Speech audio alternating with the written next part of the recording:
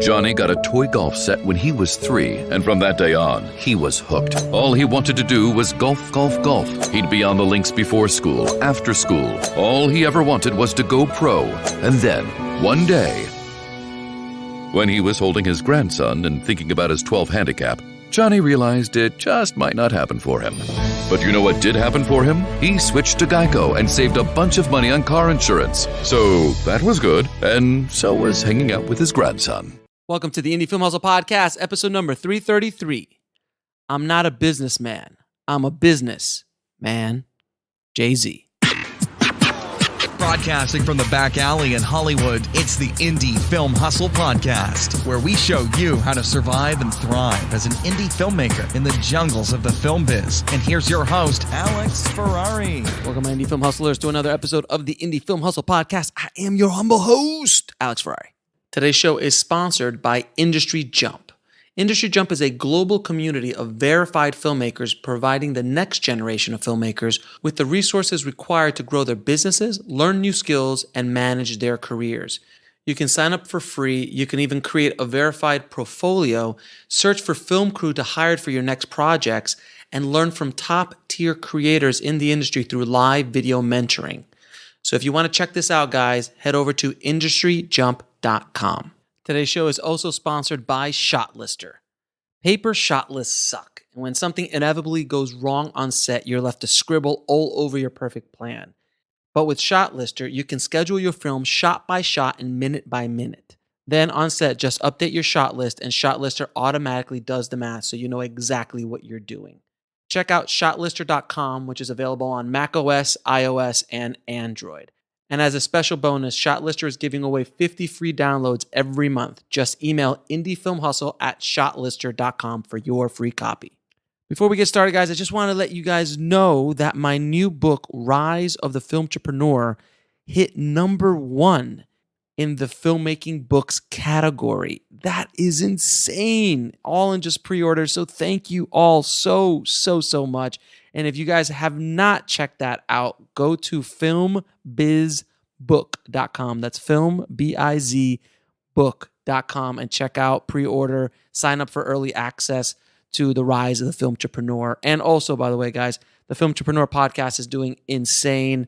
The website is blowing up, and you guys are loving it. So I truly appreciate it. And there's some great interviews over there this week. So thanks for all the support. Now, today on the show, we have Les Zellan, who is the CEO of Cooke Lenses. Now, in this episode, we are going to go deep into lenses. That's right. We are going to go deep into the history of Cooke, Cooke gets its look, advice, tips on how to make your images look better, and all sorts of we're going to geek out a bit. I'm sorry. We're going to geek out a bit. So if you love lenses, want to know more about creating a better image for your film, this is probably a good interview to listen to. Les is awesome, and I am a fan of Cooke lenses. They are legendary because of the look that they are able to create. So without any further ado, please enjoy my conversation with Les Zellan.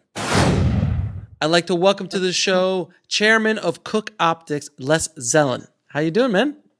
Good. How are you, Alex? I'm very good. Thank you so much for taking the time out. I know you're a very busy man to talk to the tribe today about all things Cooke and glass and images and all sorts of cool stuff. Well, it's one of my favorite topics. So, yeah, I'm happy to be here. So first question, how did you get into this film business in the first place? Well, there's a good question. Back in I'm actually a lighting designer for the theater. Mm-hmm. And then back in between 1976 and 79, I was working for a company called Colortran and doing inside engineering, laying out theaters and laying out studios. And then in 79, I went to work for a company called FERCA, which was Film Equipment Rental Company. That was obviously a rental company in New York, as their sales manager. And almost at day one, I was approached by somebody saying, can I buy an Aton camera from you? And I said, well, sure. Well, I didn't know the fix was in, and that at the time, Aton was really just struggling to get a foothold in the United States. And Airy was the 800-pound gorilla, and the fix was it. And, you could be a deal. You could be a dealer for Aton, but God help you if you sell any of them. So I lasted at Furco until about September, and to this day, the guy that ran Furco at the time can't remember if I quit or he fired me. Our memories are pretty fuzzy because I sold a lot of Aton cameras, Right. and they really pissed them off. And then I started my own company in the fall of '79 to sell Aton cameras, which led me, of course, to lenses, because you need a lens on a camera. At the time, the really hot lenses were the Ingenue 9-557 and the 12-120. And then Cooke approached me in 1981, I think, because the Aton at the time was the only Super 16 camera. And Cooke had, believe it or not, the only Super 16 lens. Really? They made two 16 millimeter lenses. One was called the CVK, Cine Veri Kennetel, and there were two versions of it: a 9-50 for regular 16 and a 10.4-52 for Super 16. So they approached me because they couldn't give this lens away anywhere, and I was selling a Super 16 camera. And lo and behold, it went from a product they couldn't give away to a product they couldn't make fast enough. Thomas Siegel, I think, was the first guy that I convinced to take it, and he took, I think, Thomas in his pre-ASC days was a documentary guy in New York, and he had an Aton camera, and he took a Cooke lens, I think, down to when he was selling like Nicaraguan, the Sandinistas, and all that, and he came back, and the footage that he had was just stunning, and it blew everything else away. So the result of that is that then we had a line of people at the door looking to buy this lens. And that was my beginning of a relationship with Cooke that has endured for, almost 40 years. And I wanted to buy the company, straight away. And they didn't want to sell it to me, obviously. And then 20 years later, in 1998, when Cooke really had fallen on hard times and was just about, it was virtually bankrupt and pretty much out of business. I was able to buy it then. And, as they say, the rest is history. We've turned the company around. I really do. I don't think it's boasting to say that Cooke is now, once again, an industry leader in developing optics for cameras and developing lenses for the industry. And it's sort of gotten crazy with, a new format every week. But, very much so. Well, I have to ask you, but I have to ask you the question though. So you obviously you've been in love with this company since '81, basically, or right before then when you first were introduced to them, and you basically you just held on, waiting for this young lady to say, "Fine, I'll marry you." Fine, it took forever. Yeah. What did you? What did you see in a barely functioning, if not completely bankrupt company that nobody else saw? That's a really great question, and there's an expression in real estate that buyers are liars. And what that means is they say, I want this kind of house, and I want that kind of neighborhood, and I want this, that, and the other thing. And then they walk into a house that has none of those things, and they fall in love. And they say, this is it. And that's almost what it was with me and Cooke. The first time I went to Cooke, actually the second trip I went to Cooke, I had my wife with me, and I said to Barbara, I said, I want to buy this company. And that was based on, I don't know anything about manufacturing. I knew nothing about glass. I mean, it was just a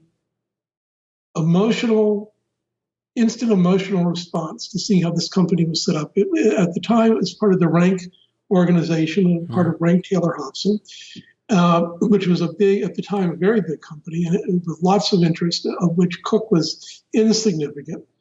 And it was obvious from just walking through the end of the factory that Cooke was in, and I mean, we just had a little shoebox inside of a big factory, that it didn't belong there. It was obviously a cottage industry stuck inside this big company and didn't get the attention it needed.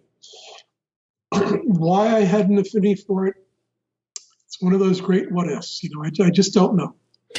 But you saw something, but on a business standpoint, you must have looked at it and said, I think I can turn this around. I think I can make it. Because I mean, love is love, but on a business standpoint. Way too much credit. So literally it was just love. I just want to buy this company. I got to tell you, I'm not a numbers guy. Okay.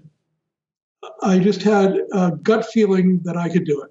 Okay, fair enough. And it took 20 years to get control. But once we got control, we've never looked back. And as I said, we've gone on from being barely alive to now. I believe we make more lens series and lenses for the industry than anybody else.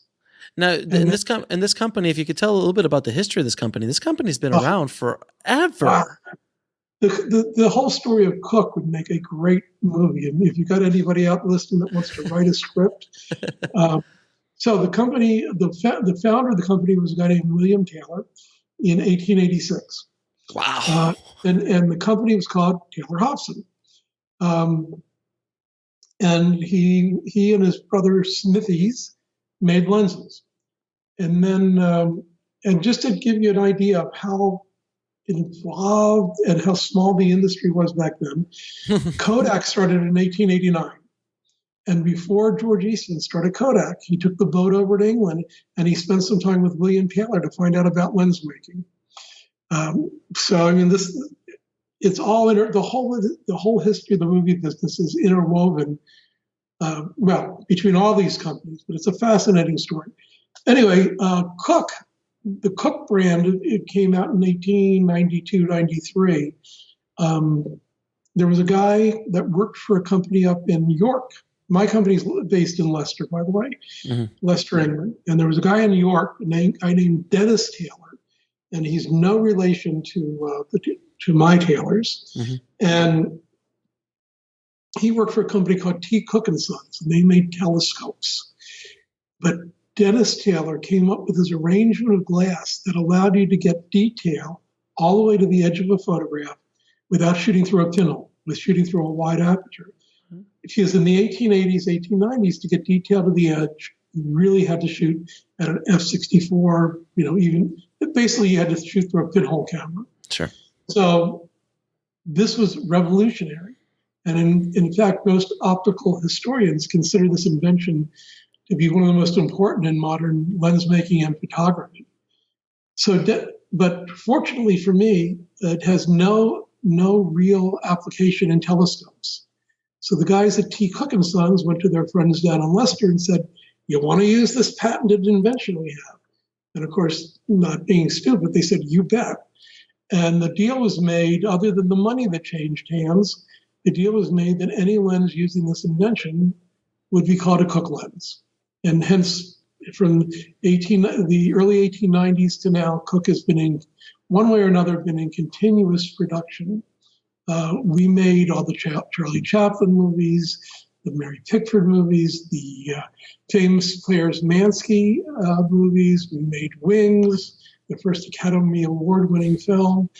In fact, with the Speed Pancros that came out because of sound film in the early 20s, you'd be hard-pressed from the early 20s to probably the mid-50s or 60s to find a film that we were not on. It was sure. It was really, it was just a magical time. And then after World War II, the Rank organization took over Taylor Hobson, of which Cooke was a division.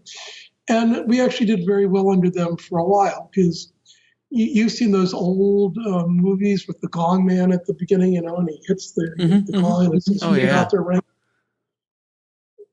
Well, Taylor Hobson, J. Arthur Rank was a baker in England. He loved the movies. He built Pinewood, he built Rank Laboratories, he built Shepperton. I don't know if he bought Taylor Hobson because of the lenses or not, but in any case, he loved the film industry. Well, as the time goes on, Mr. Rank dies, and the whole focus of the Rank organization turns around. And instead of manufacturing, they decide they want to be in leisure businesses. So not only was it Cooke suffered, but things like Rank Centel, Century Strand, all their manufacturing companies, many of which you've never heard of because they're not in the motion picture business, fell on hard times. And this was probably starting in about the late 80s. So the product, our product got, at the time, we had stopped making prime lenses, the speed Pancros, in 1965, and then we started making zooms.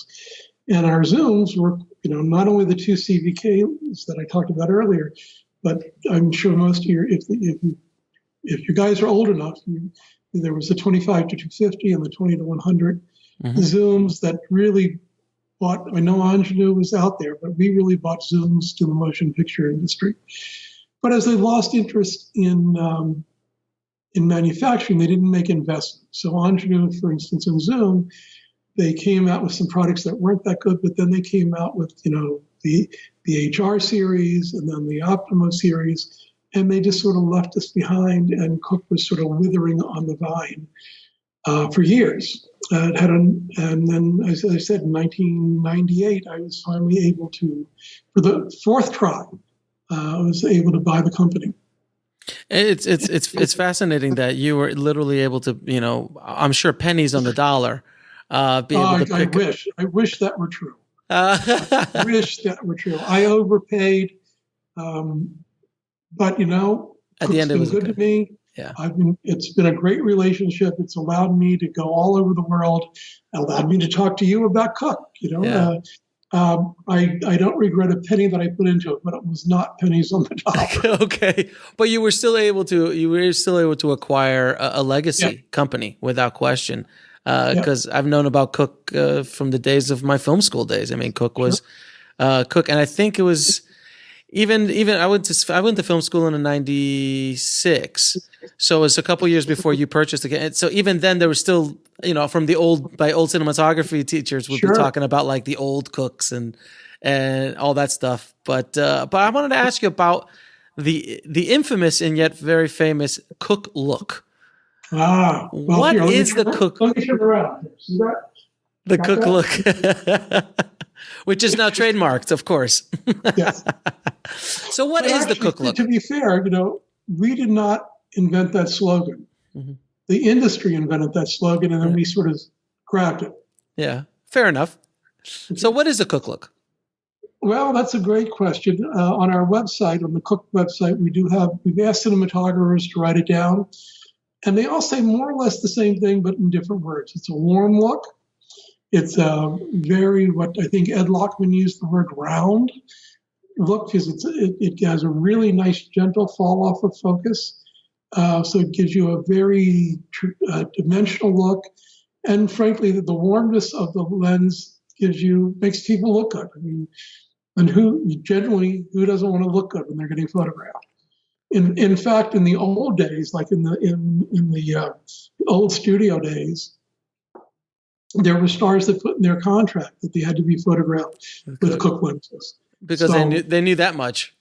Yeah, well, they know what makes them look good, and the Cooke Look continues today. I mean, that ever since the Speed Pancros came out in the 1920s. The Cooke Look has been consistent. So, you can, if you look at an old Speed Pancro relative to a new S7 or an S4 or whatever, the coloration and the fall off, it's all going to be very, very similar. It was interesting because I remember watching a YouTube video of like a tour of your facility or the making of a lens, which, I mean, for lens geeks, and oh my God, it's just like it was like porn. I mean, it was beautiful. It was such a beautiful experience. While you're just sitting there going, because it takes so much. Yeah, I do a lecture, which I've done all over the world, basically using, PowerPoints, how you build lenses, and interwoven with that is Cooke history and movie history. But it's I do it all over the world. I just came back from doing, I think, 5 lectures all over China a few weeks ago, and people find it fascinating, and I love doing it because it's an awakening to show people here's a tool that is basically there It's their eye on the world is the lens. And they have no idea, for the most part, other than it's got glass in the front and glass in the back and some metal, what goes into making a lens. And so I love doing it because usually usually the response is great. Now, the one thing, and please correct me if I'm wrong, but each lens manufacturer has their basic kind of like Coca-Cola recipe for the coating. It does, for the coating. Yeah, for the coating. So, I mean, there is a specific kind of formula that you guys have. But let's go back one step, because whereas the Cooke philosophy in lens design, forget the coatings for the moment, sure, but our philosophy has been the same from the speed Pancros to today. Other manufacturers, if you look at their lenses, it will be all over the map. Now, most of them, and I can't take, most of them have come around to doing what we do now. They come up with a philosophy, and whatever that is, and it's not right or wrong, it's just their philosophy. And then all their lenses from that point forward have a similar look. But if you look back at like the old Zeiss Vistigons or the Super Speeds, the 35 was one color, the 20, they were all different depending on who designed them, because they didn't have a corporate philosophy of what they were aiming at. So it came down to the designer. Where Cooke, one of our big advantages is we've been consistent. And one of the reasons I think the Panavision did the Primo lenses back in the late 80s was up until then, their glass was Cooke and Ingenue and Zeiss and Tokina and you fill in the blank. They bought lenses, they Panavized them, and they put it up. But that puts them all over the map. And one of the things that they did when they came out with the Primos is say, we are now color matched. Well, Cooke's been color matched for already then. We were color matched for almost 70 years. So, but now I would agree with you that most manufacturers have a certain look in the design. And to your direct question, do we all sort of guard our coating recipe? The answer is absolutely yes. But I will tell you, the coating recipe that everybody thinks imparts the magic to the lens is a few percent of the magic. Mm-hmm. The real Cooke Look or the brand X look doesn't come so much from the coatings. It comes mainly from the choices of glasses that you use to build your lens with. And each glass not only has a different index of refraction, but also has a different color transmission characteristics. So by choosing those glasses carefully, you give it the personality. The coatings add just a skosh, but not a lot. Right, and it's also about the way the sand, how you get this, all the raw materials to build everything, and then the process of building it. It's right, but it's artisan. Yeah, but to be fair, we all use the same raw materials now. In the old days, we used to smelt glass. Right now, the reality is there are 2 or 3 or 4 optical glass manufacturers in the world, and we all use their material. So whether it's a Zeiss lens, or a Cooke lens, or an Ingenue lens, the material comes from the same half a dozen manufacturers around the world. So it's more about the processing and actually the craftsmanship. And the choices. I mean, if you look at a glass mat, it has maybe 100 different types of glass on it that each have different characteristics. So our designers, knowing that they want to get the Cooke look coming in, at the end, they pick the glass types that will not only obviously focus the lens where we need it, but also the right color transmission and the right contrast, and everything else that we're looking for that goes into the Cooke lens, so that we get the Cooke look out the back. Which the one thing that's funny that I'm listening to, and it's something that I hope everyone listening understands, is that you as a company have decided that this is the kind of product that we're going to put out. So every time you buy a Cooke lens, you expect a certain level of quality, a certain look, and you're not playing around with it. You're not like, oh, well, let's do a little darker look here. Let's make it a little sharper edged here. Like, no, we're Cooke, and this is what people want from us, and we're going to deliver that. And the reason we do that is because that's obviously what people want. I mean, they wouldn't have come back to us and said, this is the Cooke look and we want it. I'm such a big star, I can dictate what lenses I want to be photographed with. If they didn't like the look, I mean, we would be out of business years ago. Now, the lens that kind of put you guys back on the map was the S4s, right? Absolutely. So what was it like with that? Because when you guys released it took you a few years to release it after you took over the company. But we actually released, to be fair, the previous management, before I came along, started the development. Let me backtrack just a bit. So the Primos come out in the late 80s, early 90s. The non-Panavision world goes into a panic, a literal panic, because up until then, the non-Panavision world thought Panavision was on the ropes, that they were going to be dead and, or sold off for parts in a few years. Primos absolutely changed that whole calculation. And all the customers that were floating away from Panavision, is they realized that why should I run a Panavision 25 to 250 when I can just get the real thing, a Cooke thing from Otto or Denny or whoever at a better price. So the Primos come out, that whole flow away from Panavision obviously starts to flow back. They have the hot new product. So the non-Panavision world goes to everybody. Everybody. They went to Cooke, they went to Zeiss, they go to Arri, they go to Takina, they go to I can't remember Angina, but Nikon, Canon. You can fill in any lens manufacturer in the world. They went to all of them, and for whatever reason, this is about 92, 93. For whatever reason, Cooke is the only one that said yes. And so we started Cooke. The previous management started the project. He did it as a Skunk Works project. He didn't have permission to do it from the rank board. They would have never given him the money to do this. But he did it because he told me, because I met him right after he decided to do it. And he said, well, I'm going to do this and I can do it in a year. So they'll never find it. By the time they find out about it, I'll be a hero, right? Yes, I wasn't. It's better to ask forgiveness than permission. Yes. And of course, if you're asking for forgiveness and your order book just went from almost nothing to this, forgiveness is pretty easy to give. Well, even though I didn't know anything about manufacturing and optical design at the time, I knew he was dreaming. This was a major project. And it dragged on and on and on and on and on. And in fact, when I took over the company in 98, it was close to being done, but it wasn't finished.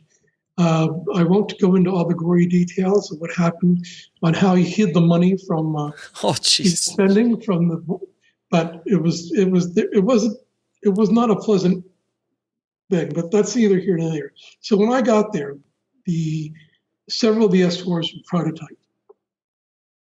So we very quickly turned that into production, and we got out 4 lenses. I can't remember the first 4, but it's probably the 18, 25, 50. I don't remember the first 4. Sure. But this was a magical time in the industry, and this is when you say you knock on wood because you're at the right place at the right time.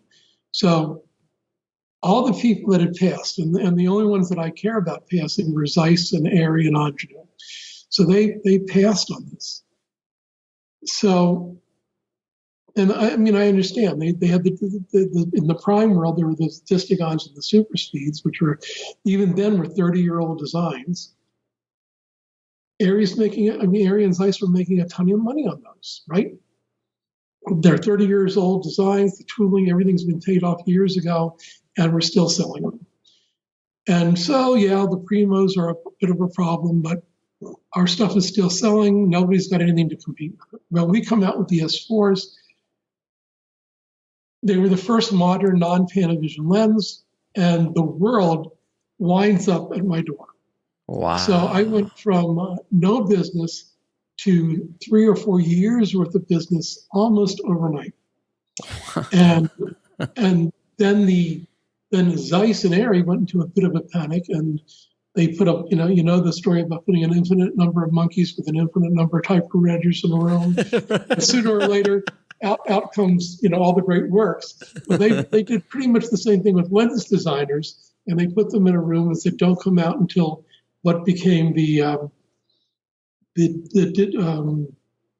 not the master primes, the Z, what is it? Yeah, I know what you're talking about. The ones before the middle company. Anyway, but that gave us really, if you think about that, that took them about 3 years to do.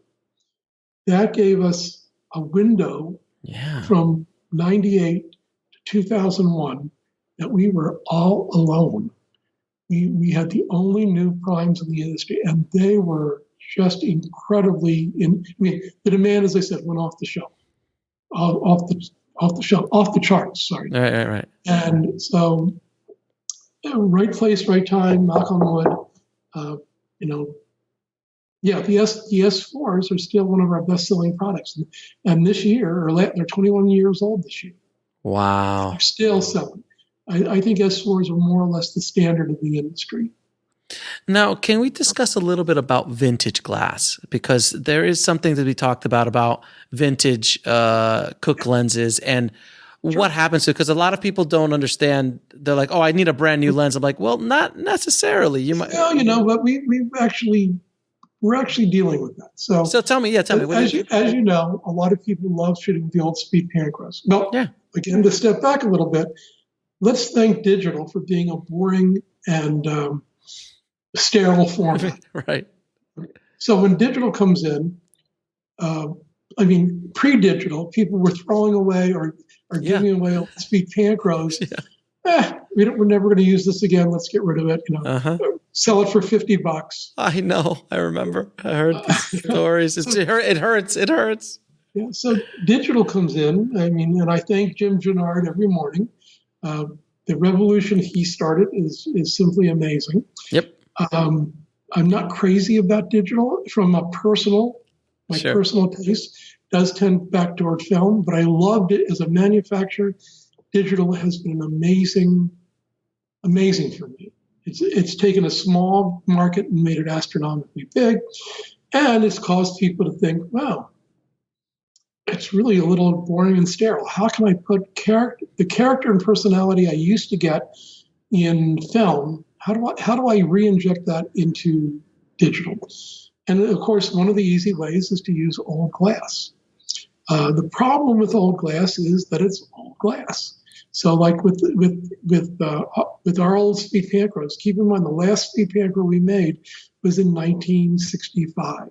So if you found one today, it's almost 54 years old, right? At best, and it was probably one made in the late 40s, early 50s. So it's a lot older. We're talking 70-year-old glass, 60, 70-year-old glass. Anyway, so that glass still makes beautiful movies, but it is a pain in the ass because every lens is a different color. Mm-hmm. They've all discolored over time. I know when they were shooting the first 2 seasons of The Crown, the DIT, that was shot on speed Pancros, the DIT had a separate lookup table for each lens. Oof. Oh, yeah. So we looked at that and we said, well, speed Pancro. Okay, I get it. I know why people want to use the glass, and it does have if you remember the old speed Pancros, they were very small lenses, right? Mm-hmm.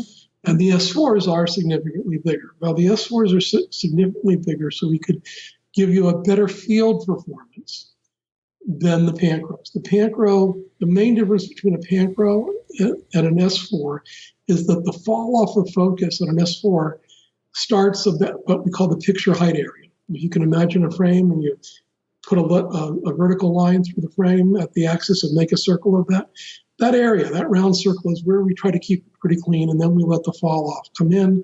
And that's, I've told you too much now because that's part of the Cooke Look. So I may have to kill you. Sorry. I didn't mean that, guys. I know. He's joking. He's joking. You can't say anything. Anyway, it's a joke. The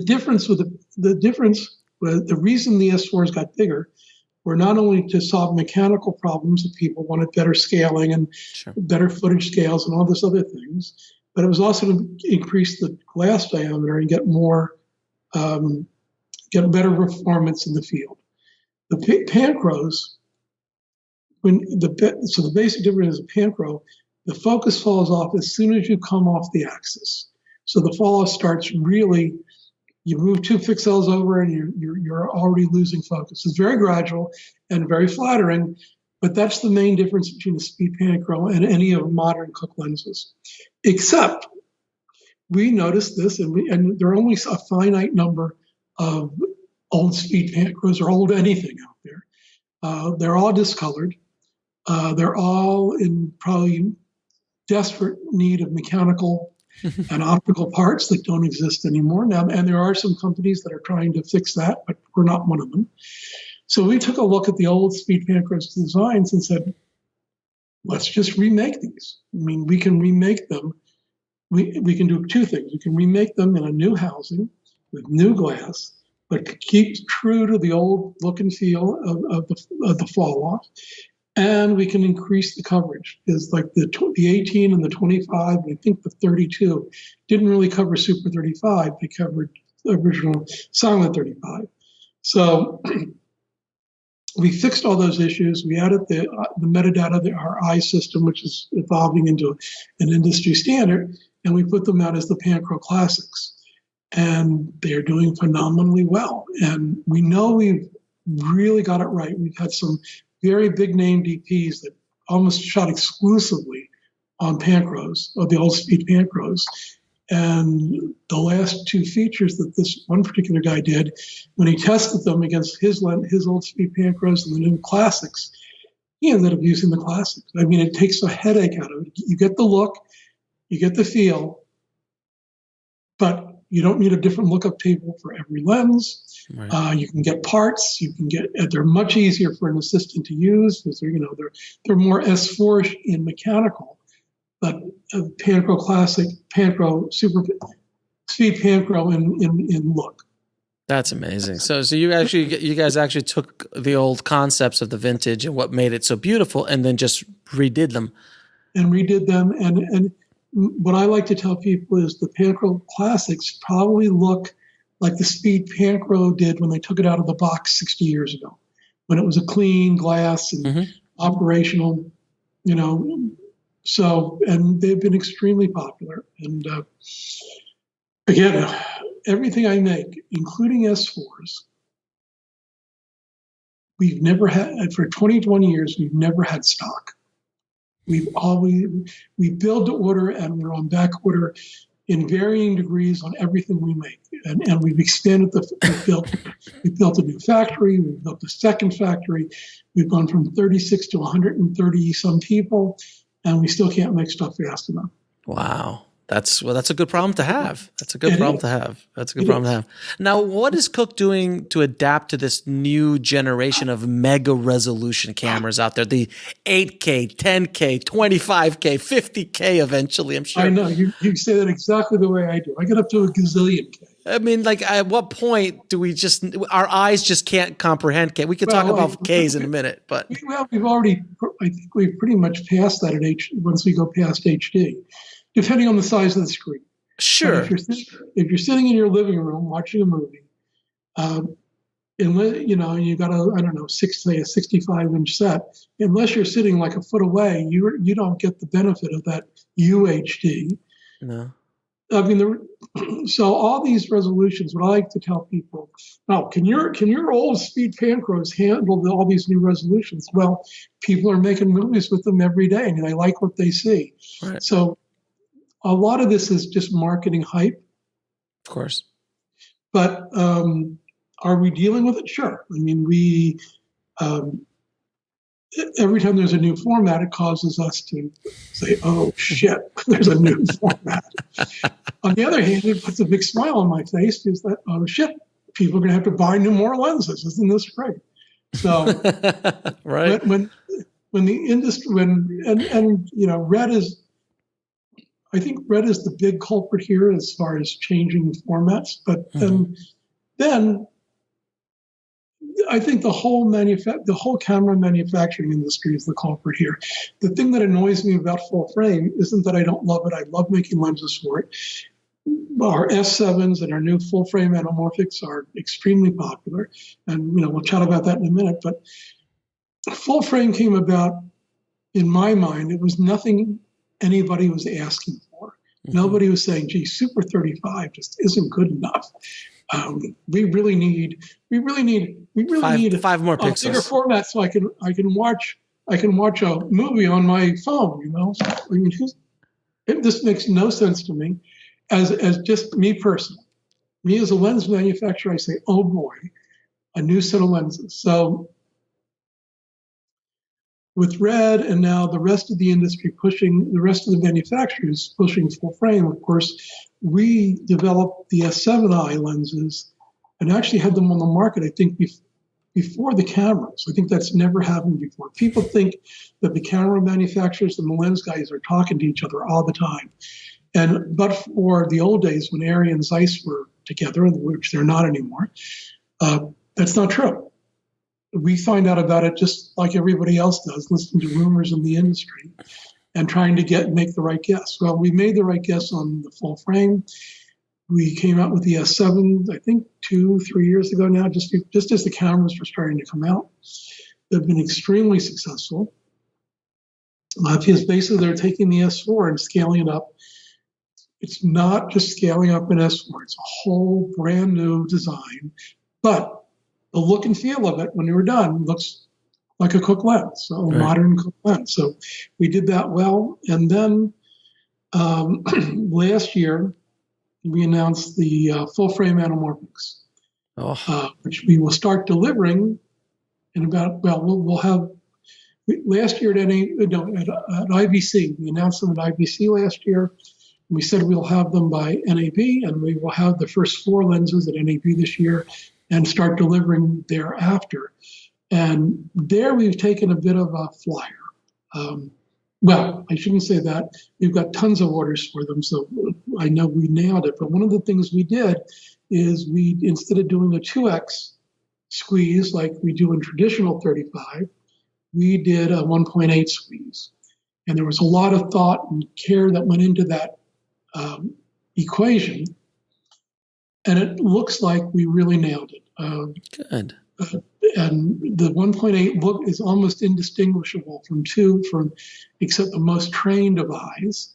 And it's great. It looks good. The reason we went to 2, if we had done 2 and you wanted to do a 2.4, traditional 2.4 release, you'd lose about 25% of the pixels in full frame.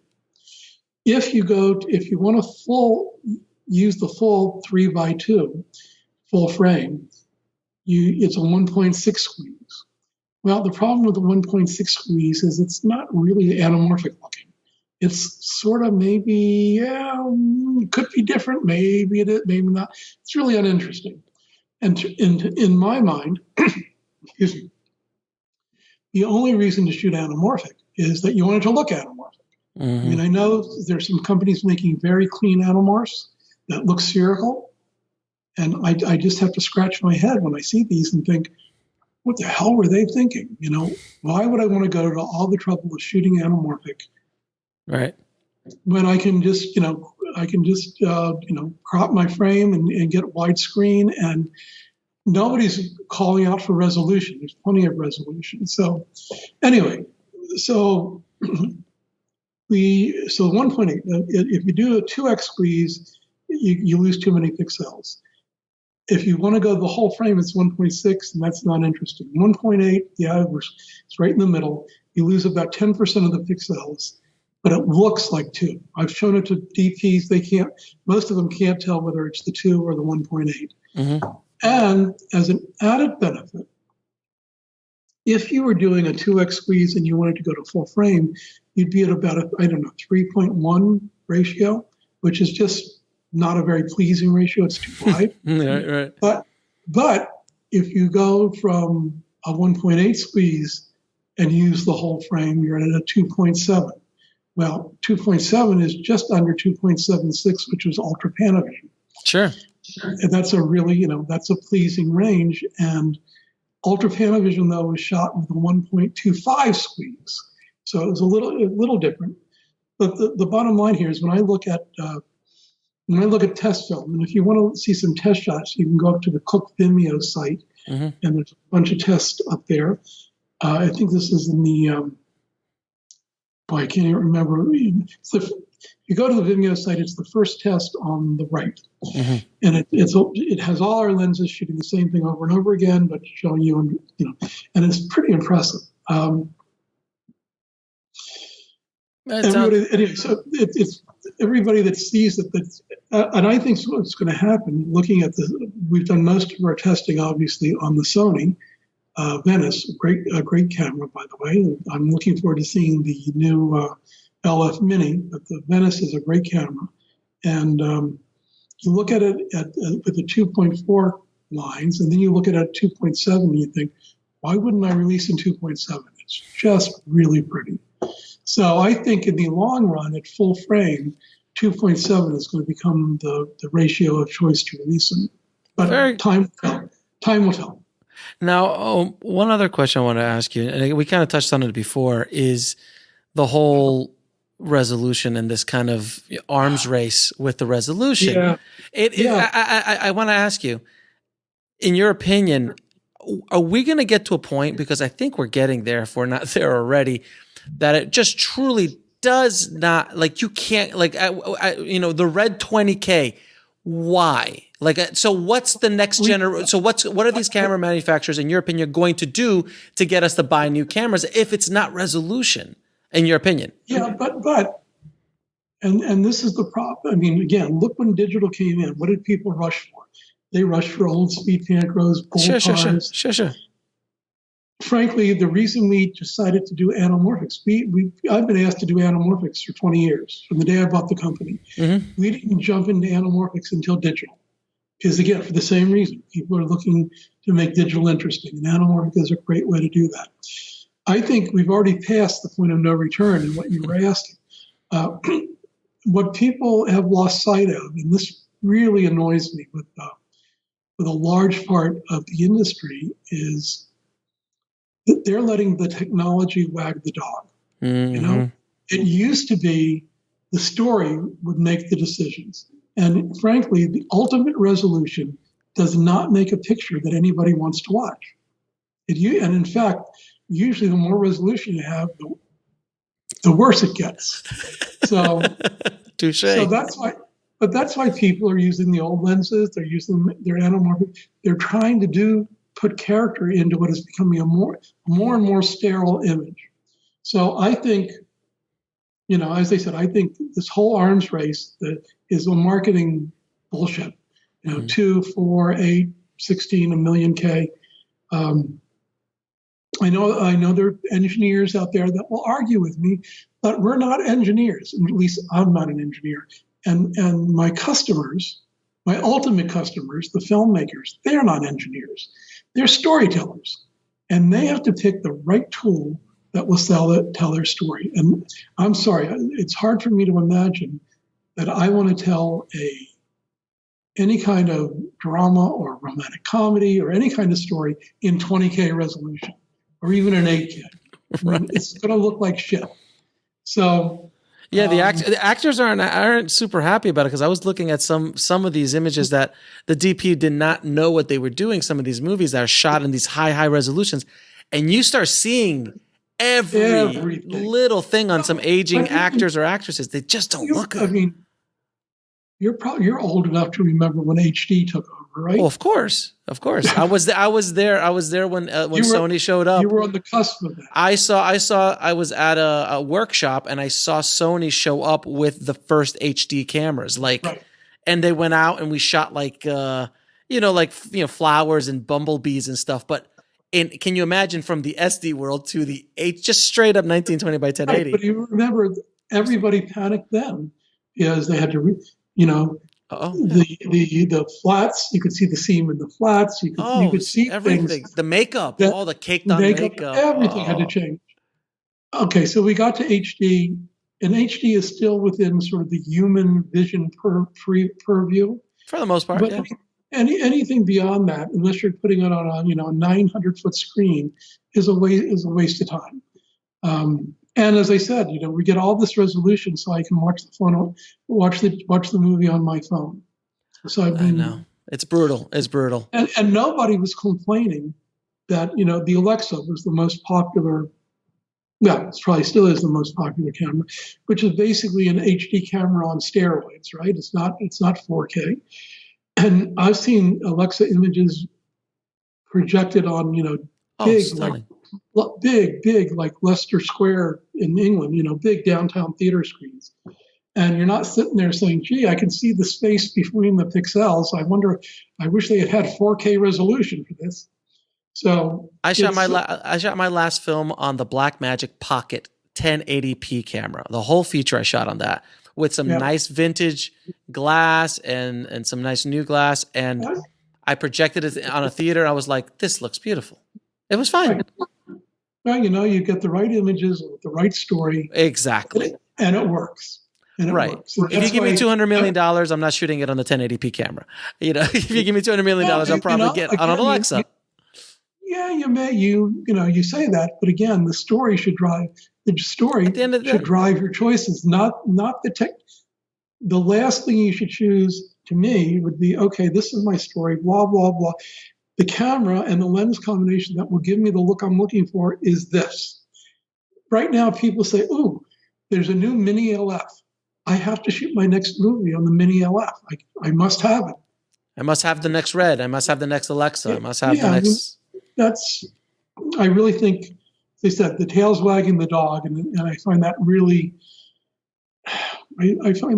sort of abdication of responsibility of the DPs.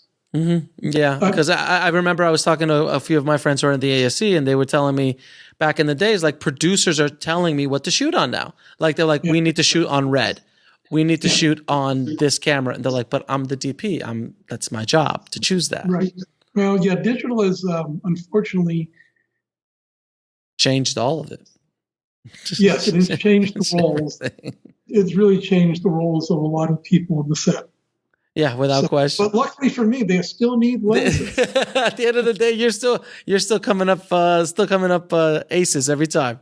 We do try. So I'm going to ask you a few questions. I ask all of my guests. Okay. What advice would you give a filmmaker wanting to break into the business today? Wow. Not being a filmmaker myself, that's hard. But you've known a couple in your day. I've known a few. Again, and I go back to the old days when I started in the business, and I'm working with people like Tom Siegel and Sandy Sissel, and most of the people I used to work with in Aton have gone on to become ASC members. So, but they all worked. They all started. They all either went to film school or they just went to a rental house, and they started by cleaning cases. Mm-hmm. And they would literally apprentice. They'd clean cases. They'd start working on the prep floor. Somebody would notice them and say, "Yeah, you can be the 900th assistant on this weekend when I'm doing something." And they'd work their way up. They'd become a first, then they'd become an operator, then they'd start making films. And along that way, which could be, depending on their talent, could be, at least years, if not many years, they would learn the craft. I think a lot of people get out of film school today and say, I'm a DP. because I can afford a Red. I'm a DP all of a sudden. Yeah. So I would say, and what I've seen is the most, so if you're a DP, you obviously need to know how to frame a shot. And I think, frankly, a lot of people like the full frame cameras because it does allow you to be a little bit lazier. And in digital, obviously, allows you to be much lazier. But full frame, you didn't quite get it right, but I can pan and scan, and maybe that's the shot I should have had up there. Mm-hmm. Because I'm still going to release it in 35. So that's the shot I should have had. So, so I think people become a little bit less prepared. And I think digital did that in by itself. Certainly in film, you couldn't do that. You had to really know what you were doing. Oh, yeah. So, but the real key, when the real key, besides having a good eye for framing, is learning how to light. That's the DP's, his two tools, or his tools are his camera, his lens, and his lighting, and hopefully his talent to frame. And people that know how to light could shoot Super 8 and make it really look good. Mm-hmm. And people that don't know how to light, if it looks good, it's completely by accident. So, But you learn that. You don't necessarily learn that in a couple of years in film school. You learn that by watching, the masters, by working on sets and watching the masters do this every day. So what I would recommend to people is just find get yourself in good with some really good DPs and work for them for a while and learn everything you can. Now, what is the lesson that took you the longest to learn, whether in the film business or in life? What is the lesson that took me the longest to learn? Just about everything. I'm a slow learner, but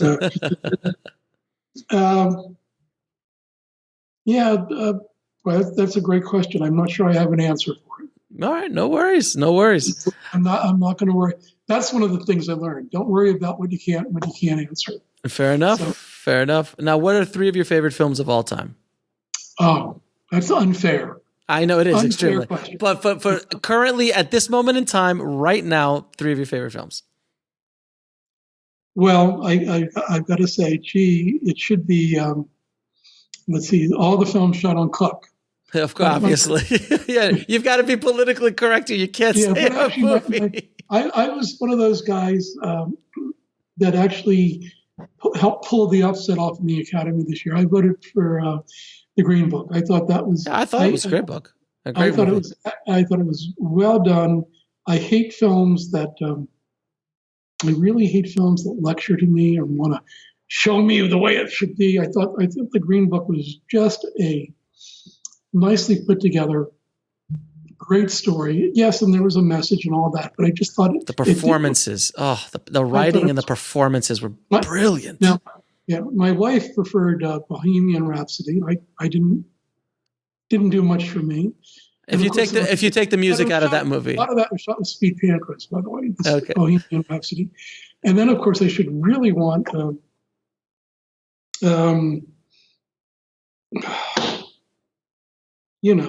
Lady Gaga. Stars Born. Stars Born, because that was shot by Maddie with Cooke Anamorphics. Yeah, it was gorgeous. It was a beautiful That film. should be my favorite film, but of all time though, one of my favorite films, this is really corny, but I'm an old guy.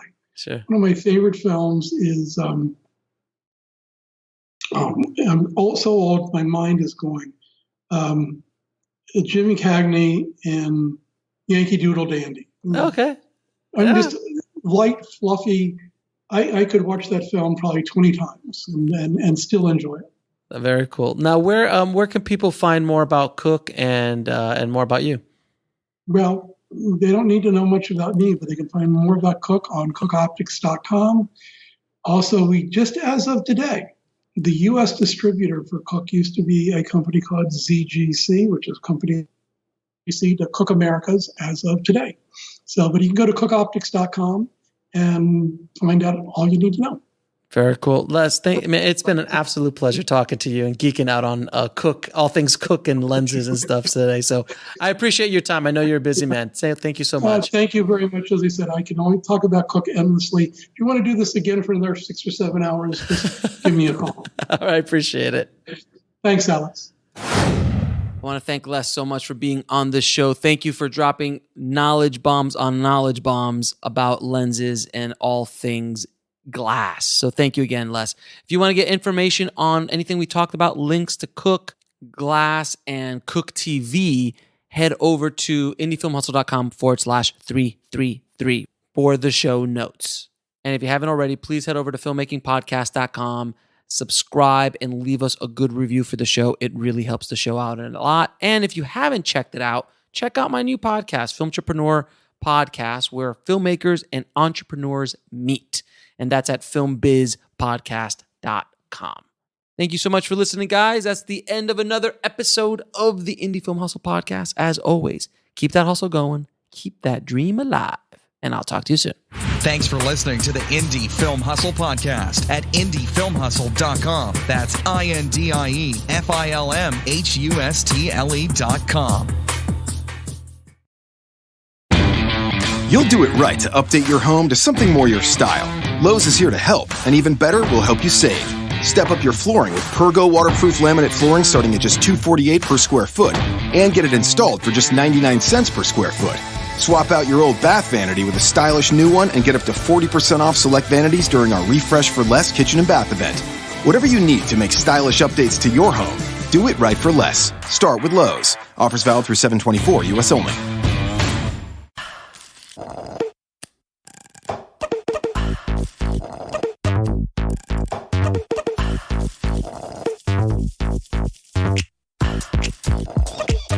Hear that?